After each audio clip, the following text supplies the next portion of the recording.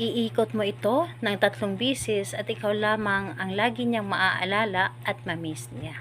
Hello mga guys, kumusta kayo? Panibagong araw, panibagong video na naman tayo. And sa araw na ito ay isa na namang video ang aking tuturo sa inyo na simpleng gabay o simpleng pamamaraan na makakatulong sa atin. At bago ang lahat, gusto ko lang mag-disclaimer sa mga taong hindi naniniwala at hindi gusto ang mga kagaya nitong video. Please skip this video and maghanap kayo ng videos na gustong gusto nyo, dahil ang video na ito ay para lamang ito sa mga taong naniniwala and gusto mag-try.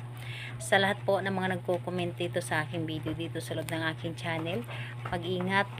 Sa lahat ng mga nagre-reply sa inyo na dinadala kayo sa kanilang WhatsApp, in-emo app upang makaiwas po tayo sa scam. Ngayon po ituturo ko sa inyo paano tayo maaalala at mamimiss ng taong minamahal po natin.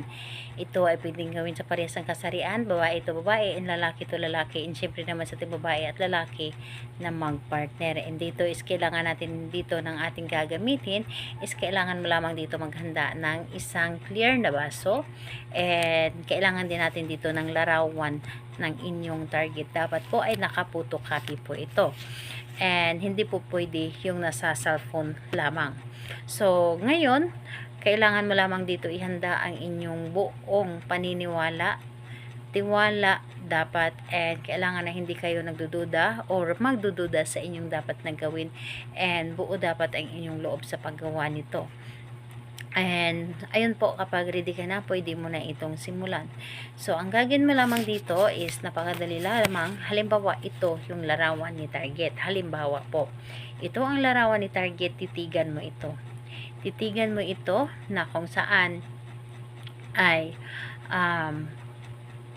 kausapin mo siya na ako lamang ang lagi mong maaalala at hanap-hanapin at lagi mo akong mamimiss. So ayun po, kapag natitigan mo na ito at kinakausap, ilagay mo ito sa mesa. Ilagay mo sa mesa ang larawan na ito at takloban ito ng baso.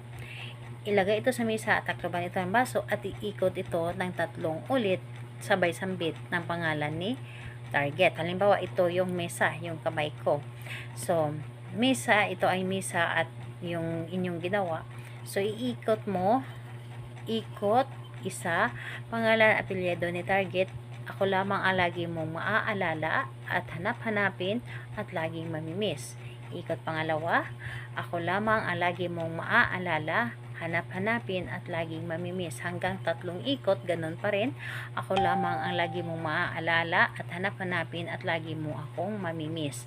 So, ang baso na ito, panatilihing nakataob at pwede mo siyang ilagay sa ibabaw ng ref, ibabaw ng Durabox, and mas maganda sa safety na lugar na hindi ito makikita at hindi magagalaw ng mga kasamahan ninyo sa bahay.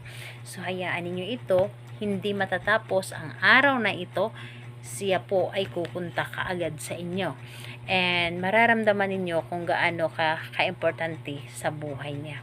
So kahit anong araw at oras, pwede mo itong gawin, and ayun po, paniniwala dapat ang inyong dapat na ipagpaganahin dito.